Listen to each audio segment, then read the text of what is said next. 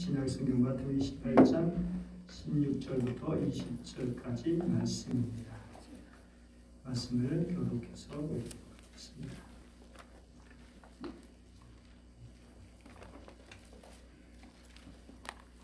열한 제자 갈릴리에 가서 예수께서 지시한 산에 이르러 예수를 배우고 경배하나 사도 심한 사람이 아니었더라. 예수께서 나와 말씀하여 이르시되 하늘과 땅의 모든 권세를 내게 주셨으니 그러므로 너희를 가서 모든 민족을 제자로 삼아 아버지와 아들과 성령의 이름으로 세례를 베푸고 내가 너희에게 분부한 모든 것을 가르쳐 지키게 하라. 볼지어다 내가 세상 끝날까지 너희와 항상 함께 있으리라 하시니라. 아멘. 사랑의 큰소리. 오늘 교회가 삼일체이신 하나님을 기억하는 주일입니다. 삼일체란 우리가 믿는 하나님은 한 분 하나님이시지만 성부, 성자, 성령의 위격을 가지신다는 기독교의 기본 교리입니다. 우리 신앙 고백의 중심되는 교리이긴 한데 어찌 보면 좀 알쏭달쏭한 이야기입니다. 세 분이지만 한 분이시다. 오늘의 언어로 딱 부러지게 설명하는 것이 쉽지가 않죠. 그래서 우리 삼일체 교회를 골치 아프게 여기고 성도들에게는 그냥 믿으라 발뺌하는 경우가 많습니다. 더구나 쉽게 설명하려는 유혹 때문에 초기 이단 사상으로 단지받은 이야기를 서슴없이 끌어다 쓰기까지 합니다.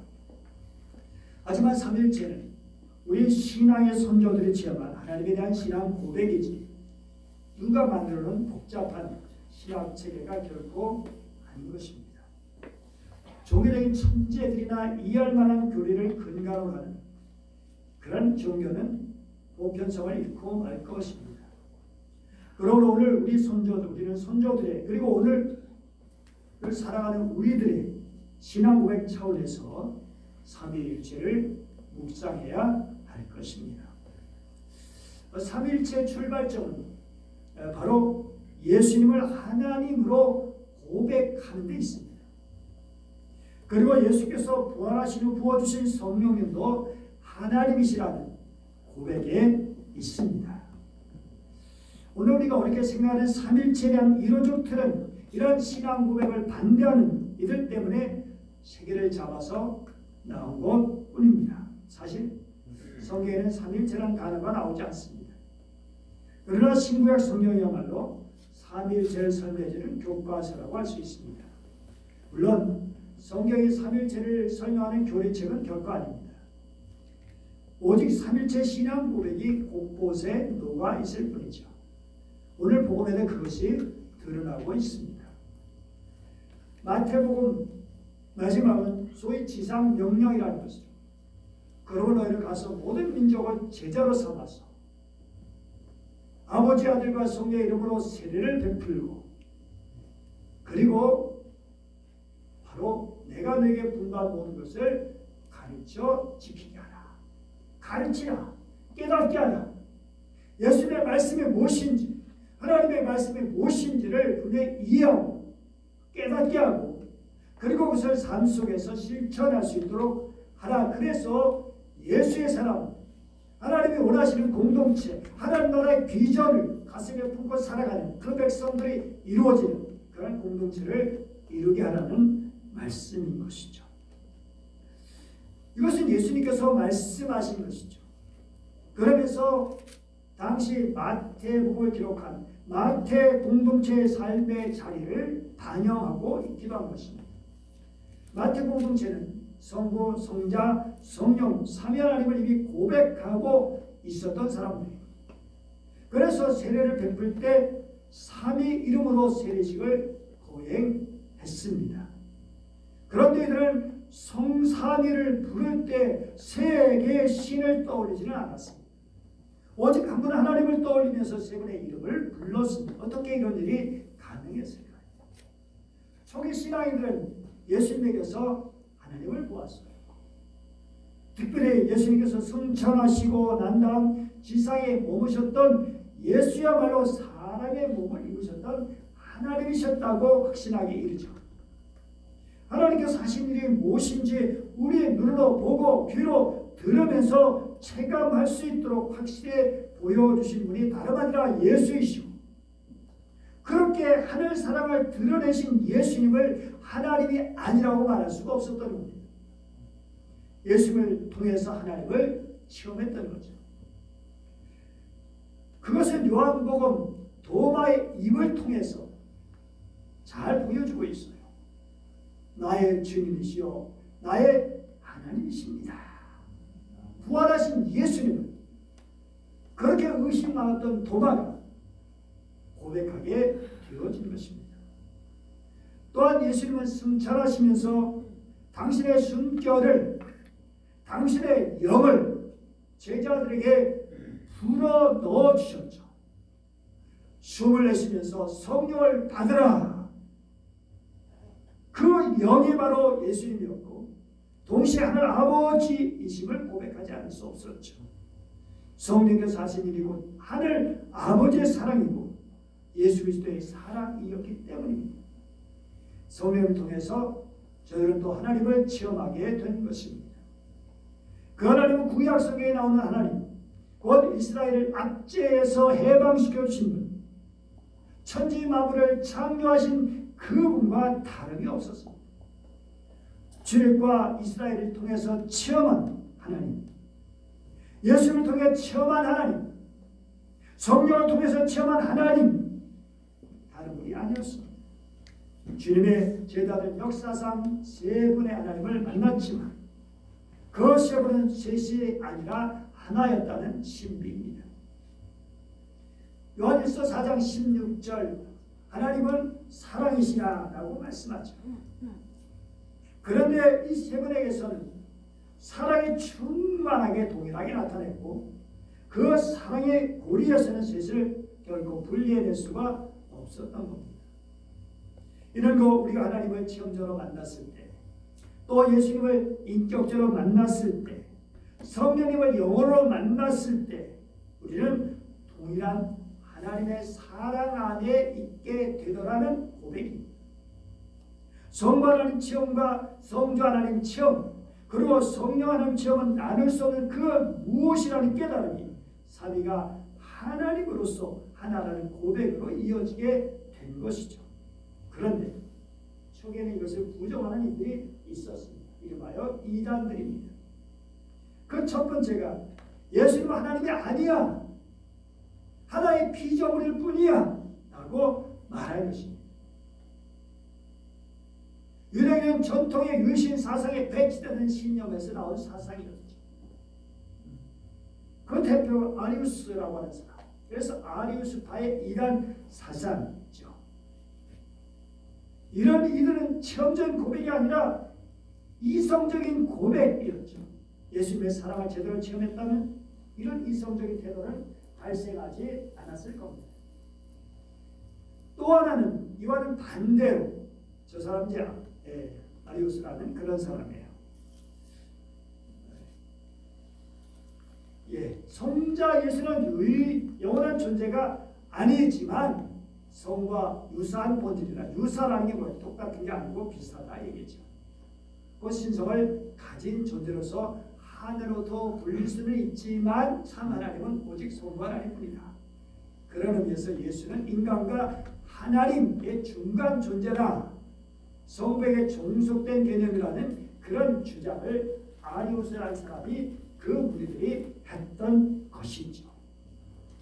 그 다음에 그와 반대되는 또 다른 면의 이단들이 있었는데 예수님도 성령님도 하나님의 다른 양태일 뿐이자 하나님이 다르게 모습을 보인 것뿐이다.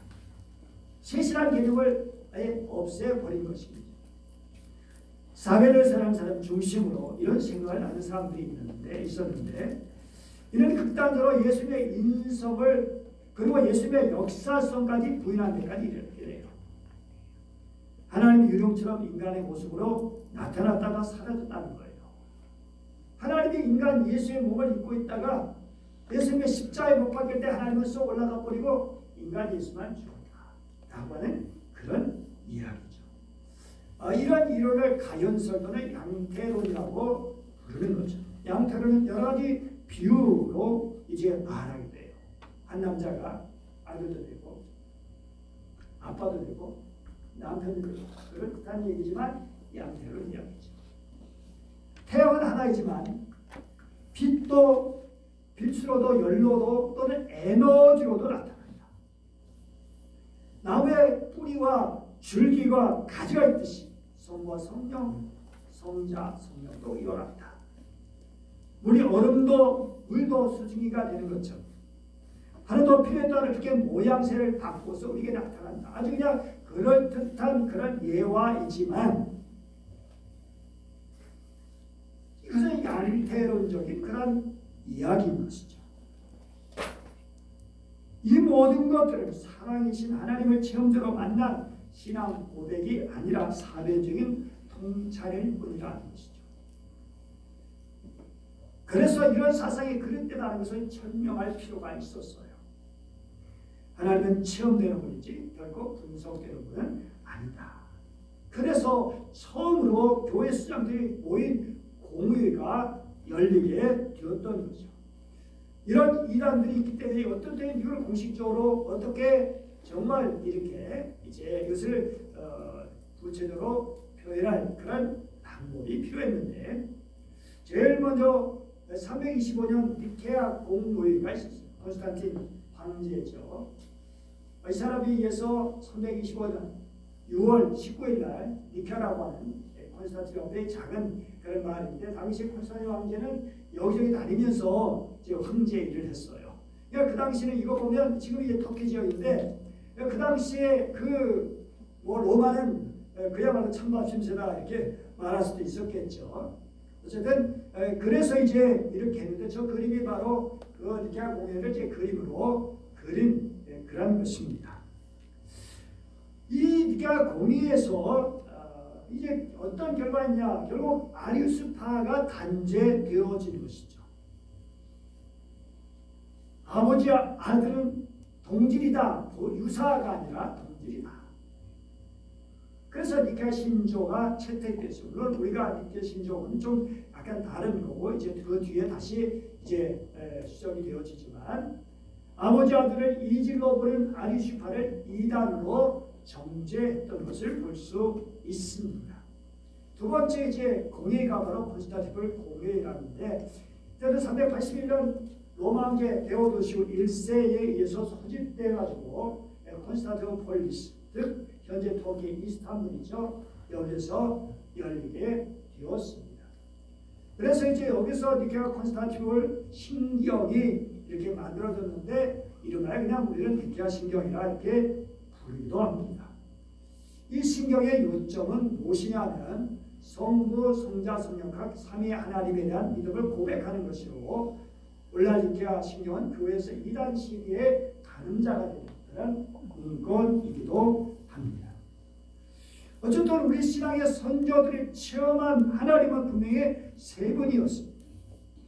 우소 부재하시면 초월하신 성부 하나님, 사랑으로 섭리하시는 정말 그렇게 전능하시고 무소부재하시지만 그분이 사랑으로 섭리하시는 그리고 그 하나님을 보고 듣고 만질 수 있도록 하셨고 하나님 사랑을 구체적으로 알게 하신 성자 예수 그리스도 그리스도 통해 증거된 하나님을 보다 뚜렷하게 알게 하시고 시대를 함께 하시는 바로 성령 우리 마음을 감동시켜 진리를 깨닫게 하시는 성령이시죠. 바로 이런 세 분. 그런데 이 세 분이 또 한 분이시다. 영혼의 체험으로 그렇게 알고 느끼고 고백하게 되어진 것이죠.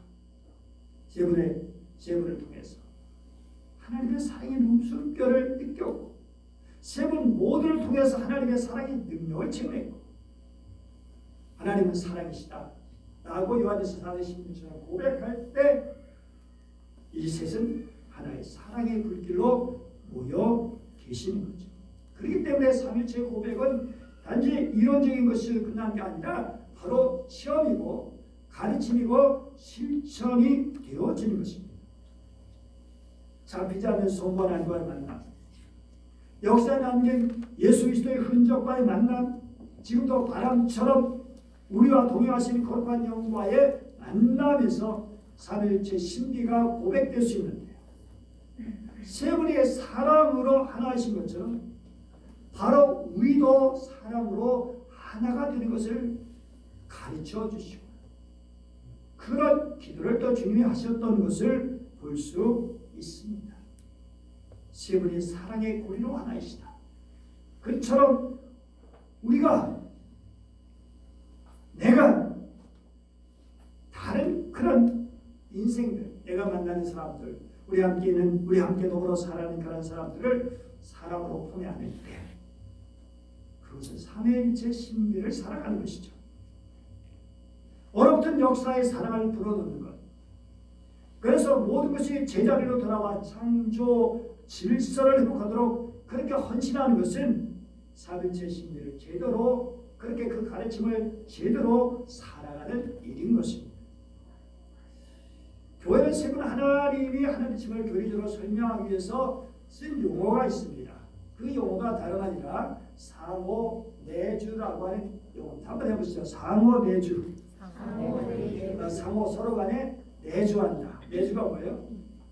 안에 들어가 사는 거예요. 페리쿠레시스라고 하는 그런 말인데 내가 저희 안에 온전히 있었어. 내가 저요, 저가 나다. 예수 사도바리 보았죠. 내가 그리스도 안에, 그리스도가 내 안에. 예수님께서 들으셨던 기도가 있어요. 예수님이 십자가에 지시기, 체포되시기 전 들으셨던 기도. 요한복음 17장 21절에 이런 기도. 아버지께서 내 안에, 내가 아버지 안에 있는 것 같이 그들도 다 하나가 되어 우리 안에 있게 하여 주시옵소서. 아버지께서 내 안에, 내가 아버지 안에, 아버지 안에. 우리도 그런데 그 누구만 그렇게 성부하는 성자 하나님과 관계만 아니라 우리도 그렇게 하나가 되기를 원하시는 모습을 볼 수 있어요. 사모해 주. 그래서 여러분 어떻게 우리가 제가 여러분의 집에 가는 것도 함부로 집에 갈 수 있나요? 무슨 본인 용무가 있어서 갈 수도 있겠지만 정말 따뜻하게 맞이해주고 따뜻하게 대접하고 함께 더불어 그렇게 인생을 고민하고 함께 신앙의 길을 걸어갈 수 있게 하는 것들. 사랑이 없으면 될 수가 없죠. 사랑은 여러 가지 나타나죠. 종교로 나타나기도 하고 여러 가지 표현으로 나타나지만 어쨌든 근본적인 사랑이 없다면 맞아들일 수 없죠. 여러분 낯선 사람은 함부로 맞아들이겠어요? 내가 진심으로 주님을 사랑할 때, 내가 살아서 만나는 이들을 사랑할 때, 그때만 일어날 수 있는 일이 바로 상호내주입니다. 예수님이 뭐라고 말씀하셨죠? 요한복음 15장에서 내 안에 거하라, 나도 너희 안에 거하리라 라고 말씀하셨죠. 내 안에 거하라. 나와 함께 살자라는 거예요. 나와 함께 살자. 여러분 사랑하지 않으시면 이런 말씀하실까요? 만나기도 싫은데 얼굴 보기도 싫은데 어떻게 그런 말씀하시겠어요? 사랑하니까 나와 함께 살자. 내 안에 거하라. 우리 집에 와. 우리 집에 와. 나와 함께 살자. 내가 내 안에. 우리가 주님 안에 있다는 것이 어떤 것입니까? 주님을 믿고 의지하고 그분을 따라 살아가는 것입니다. 주님이 내 안에 있는 것, 성령이 내 안에 계시고 주님의 말씀이 내 안에, 주님의 사랑이 내 안에 있는 것이죠. 결국 이 삼위일체 교리는 딱딱한 이야기가 아니라 바로 사랑의 실천을 말하는 교리라는 것을 알 수가 있습니다. 지난 세기에 이제 적지 않게 많은 사람들, 세계인들에게 영향을 미쳤던 유명한 분이 있는데 마틴 부버라고 하는 그런 분입니다. 이분이 유명한 책을 썼어요. 나와 너라고 하는. 이분은 관계에 대한 통찰을 했던 그런 분인데 사실 우리는 오늘 피조물이든 관계 안에서 존재하지 않을 수 없죠. 우리는 다 관계예요. 나름대로 이런저런 관계를 맺으며 살아가고 있는 겁니다. 그런데 그 관계가 어떤 관계냐? 본래 관계는 나와 너의 관계라는 거예요. 나와 너의 관계. 인간과 인간, 인간과 자연, 그리고 인간과 하나님의 관계가 나와 너의 관계일 때가 정상이라고 하는 거예요. 그런데 마틴 부부는 비극적인 시대 상황을 보면서 나와 너의 관계가 무너지고 어떤 관계로 바꿔졌느냐, 변절되느냐, 나와 그것으로 변질됐다는 거예요.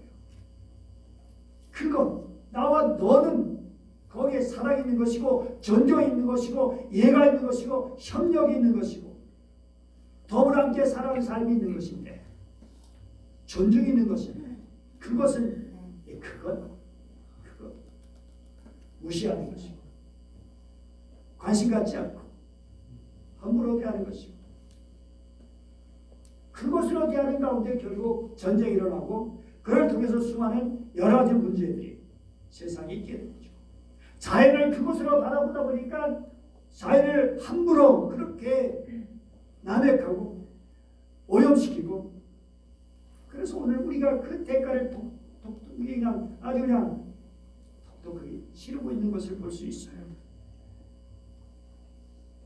나와 그것의 관계로 변질되었을 때 인격적인 관계가 무너지게 되는 것이고 모든 관계가 변질되어진 거기에 상처와 아픔과 고통이 뒤따르게 되는 것이죠. 이 영화 보신 분 있는지 모르겠어요. 레이맨이라고 하는 영화인데요. 더스틴 호프만과 톰 크루즈가 이제 주연입니다.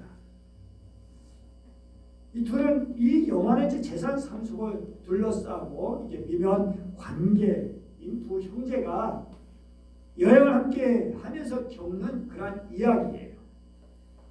아버지가 불하고 어린 나이에 가출했던 동생 찰리는 부적절한 미를 여행 중에서 달갑지 않은 그런 아버지의 부고를 접하게 돼요. 가고 싶지 않지만 마지못해 장례식에 참석해요. 그리고는 아버지가 300만 달러의 엄청난 유산을 정작 얼굴도 한 번도 본 적이 없는 형 레이먼드에게 남겼다는 그런 것을 알고 다시 한번 아버지의 분노에 어떻게 이럴 수가 있어. 지금 사업한다고 돈이 필요한데 그래서 자신의 목이라고 생각한 150만 달러라도 찾기 위해서 형이 있다는 요양원으로 찾아가게 되었죠. 그리고 그것을 아주 어릴 때 자신이 레이맨이라고 부르고 했던 형 레이먼드를 운명적으로 맞닥뜨리게 되는 것을 볼 수 있어요. 찰리 형 레이먼드는 천재적인 두뇌와 관찰력을 지녔지만 안타깝게도 자폐증 환자였어요. 자기 목적을 위해서 비정하게도 정말 형을 납치하다시피 해서 미국 동부 오하이오에서 서부 LA까지 여행하게 되는데 그 여행 중에서 이런저런 사이들 아주 그냥 많은 일들을 겪게 되면서 형과 뜻하지 않게 동고동락을 가게 되어지고 그러면서 결국 두 사람의 관계가 서서히 회복되는 그런 일이 있게 되어져요. 다음에 그림 보면 형이 이제 그 동생 머리를 이렇게 대면서 그때 한 말이 있어요. 내가 좋아하는 사람은 찰리야. 찰리가 동생이거든요. 형이 자기를 그냥 아무렇게 생각하지 않는 줄 알았는데 자기를 사랑한다. 내가 자기를 좋아한다는 거예요. 이게 뭐지? 그러면서 점점 형의 사랑을 느끼게 됩니다. 아버지에 대한 오해도 하나씩 이제 풀려가게 되어지고 그리고 막판에 나온 말이 아주 유명한 말이죠. 막판에 어떤 말이 나오냐면 바로 하나는 나쁘고 둘은 좋아. 하나는 나쁘고 둘은 좋아. 유산 노리고 형과 동행했던 동생의 점차 우리의 중요성을 깨닫게 되어진다는 그러한 내용의 영화입니다. 요셉이 자기를 죽이려다가 급기야 노예로 팔았던 형들을 용서로 받아들였죠. 이처럼 하나님께서 우리가 언니를 실수하고 죄를 범해서 정죄감으로 상처투성이가 되어진 우리 사랑으로 용납하시고 받아주시고 그래서 하나님 앞에서 낯선 자, 외면당하는 자가 아니라 사랑받는 자로서 하나님의 자녀로서 살아가게 하시죠. 저는 호세아 이제 새벽에 요즘 이제 성경에 새벽 호세아 보고 또 아모스 이렇게 쭉 선자를 보고 있는데 정말 하나님의 앞에 왔다 갔다 하는 걸 볼 수 있어요. 어떤 때 하나님의 막 진노 막 심판하시는 말씀하다가 또 한편은 내가 어찌 너를 지키느냐. 우리 인간들의 모습이 그렇죠. 정말 하나님이 진노하시고 벌을 줘야 하는 인간들의 모습입니다. 그래도 한편 생각하니까 그들도 벌주기 너무 마음 아프시고 그래서 내가 어찌 너희를 버리겠느냐. 어찌 너희를 그렇게 내버려두겠느냐 하시면서 그를 보듬하시고 다시 돌아오게 하시고 다시 회복시켜 주시고 회개 하도록 이끌어 주시는 하나님의 은혜를 볼 수 있어요. 사람들은 가족이나 친구나 연인들, 동료들 이런 중요한 타인들과 함께 우리를 이루며 살아가죠. 때로는 이런 의미에서 스트레스도 받기도 하고 우리 삶에 방해를 받기도 하고 없었으면 좋겠다 생각이 들 수도 있죠. 그러나 공고히 생각해보면 나에게 안정감과 위안을 주는 것은 바로 결국 타인들이에요. 그 사람들이 나에게 상처를 주지만 또 그분들 나에게 위로도 주고 나에게 도움도 주고 나에게 힘이 되기도 하고 그런데 그들을 소중히 여기지 못하고 마침 부모처럼 나와 본질의 관계가 없는 그것으로 본질적인 상관이 없는 관계가 없는 그것이란 형태를 지니고 있다면 그래서 하나님 원하시는 올바른 관계를 이루지 못하고 있다면 그게 어쩌면 얼마나 큰 아픔이고 얼마나 큰 문제인가 하는 것입니다. 오늘 3일체주를 지내면서 그 관계를 깊이 생각해 볼 수 있어야 할 겁니다. 하나님과 나의 관계는 지금 어떻지? 여러분 주님과 막힌 것이 없습니까? 서서부터 주님께 나가서 주님 제가 믿습니다. 주님 사랑합니다. 기쁨을 얹으며 주님께 달려나가서 안길 수 있는 여러분들이십니다.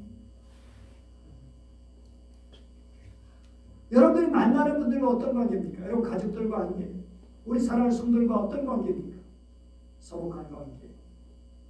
오늘 이들이사는 보시니까 얼마나 반가워가지고 안고 그런 거. 정말 서로 사랑하는 그런 관계. 안 보면 보고 싶고 만나면 더 정말 가까이 있고 더 깊은 대화를 나누고 싶고 자연과의 관계는 또 어떤가라는 것이죠. 다음 주 이제 환경주의를 지내면서 생각하게 되죠. 여러분 3일절을 그저 머리로만 이해하지 말고 체험적으로 만나는 일이 필요하죠. 하나님을 그것으로 타자화해서는 3일째 신비가 끊어질 수 없죠. 하나님은 어떤 분이십니까? 로마서 8장 15절에 뭐라고 했죠? 하나님은 아빠, 아버지라 부르시느니라. 아빠, 아버지 얼마나 귀한 것입니까? 예수님은 요한복음 15장 15절 말씀처럼 내 가장 친한 친구라고 하시죠. 성령님은 나를 감동시켜 주시고 내게 사랑의 불을 놓으시며 나를 흔들고 계시는 분. 이야 정말 얼마나 우리 아빠 되시고 우리 친구 되시고 내 가슴을 흔들고 내 가슴을 뛰게 하는 우울한 마음, 슬픈 마음 그 마음에 생기를 돌게 하는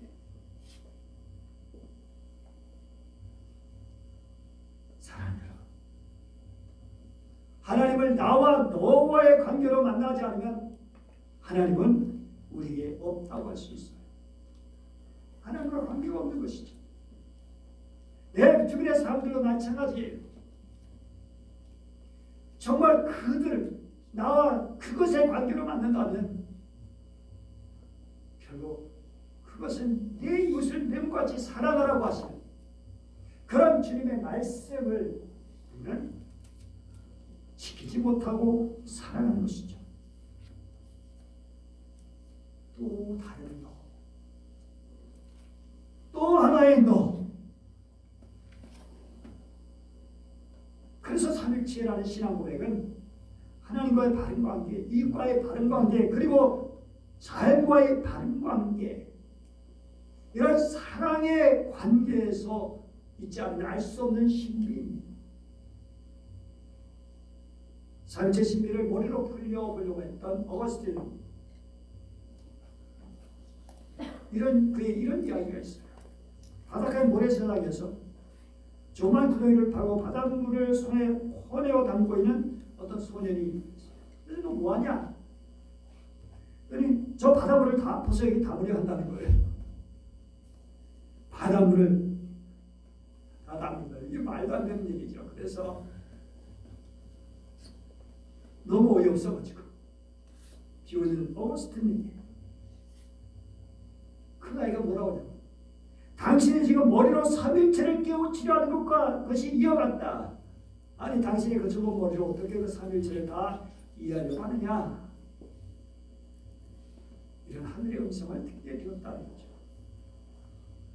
그렇습니다. 우리가 삼일체를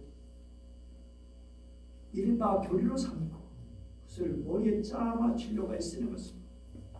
바닷물을 손으로 퍼내려 보려는 것과 같은 것입니다. 하나님의 사랑의 관계에 있습니다. 이웃을 내 몸처럼 사랑하지 않는다. 삼일체를 제대로 논할 수가 없습니다. 역사를 바르게 세우려고 애쓰지 않으면 삼일체를 제대로 논할 수가 없습니다. 오늘 삼일체주의를 맞이해서 다시 한번 신앙의 본질을 깊이 생각해 보시기를 바랍니다. 신앙은 나와 너의 관계 안에서 표현하는 것이지. 그리고 체험으로 다져지는 것이고 실천으로 이어지는 것이지. 삼위일체 하나님 사랑의 고리로 한 몸을 이루신 것처럼 나와 너의 인격적인 사랑의 관계를 맺기를 바라십니다. 우리에게 그가 아니라 제3자가 아니라 그냥 그것이 아니라 너로 여겨서 당신으로 여겨서 소중히 여기고 아껴주고 이해해주고 존중해주고 함께 더불어 사랑하는 삶이 필요한 것이죠. 사랑으로 하나가 되는 그에나 아리우스처럼 사벨리우스처럼 하나님을 타자화시키지 않고 우리 길을 간절히 바랍니다. 우리 사랑으로 주님을 만나, 사랑으로 내 이웃을 만나, 사랑으로 역사를 끌어안고, 사랑하기 때문에 문제가 보이기도 하고, 사랑하기 때문에 아픔을 겪기도 하고, 지금 누가 어려움을 겪는데, 누가 아픔을 겪고 있는데 그냥 무관심하게 지낼 수도 있지만 그 사랑하기 때문에 이 민족의 어려움을 당하는 모습을 보면서 분단된 나라로 아픔을 겪는 걸 보면서 이 민족을 사랑하기 때문에 거기다 아픔을 겪고 하나님 언제까지입니까? 이 민족이 하나 되는 길이 언제입니까? 라는 아픔의 기도를 간절한 기도를 드립니다. 바로 이런 것들이 삼일체주의를 지내는 진정한 이유일 겁니다. 하나님께서 바라시는 거죠. 삼일체 하나님. 오늘 주님께서 분명히 말씀하십니다. 세상 끝날까지 너희와 항상 함께 있으리라. 이 말은 삼위 하나님께서 사랑으로 함께 하시겠다. 끝까지 사랑으로 함께 하시겠다는 그런 약속이 아닙니까? 주님 오늘도 우리 함께 하십니다. 우리가 접촉한 사람들 버리지 않고 사랑하시고 끝까지 지켜주기 인도하시기 원하시는 주, 그분의 사랑을 믿고 우리도 그 사랑 안에서 살아가는 주님의 사랑의 파트너들이 되어지기를 간절히 축복합니다. 네. 기도하겠습니다. 은혜 오신 하나님 아버지 감사드립니다. 오늘도 저희들을 사랑해 주시고 말씀을 주시니 감사합니다.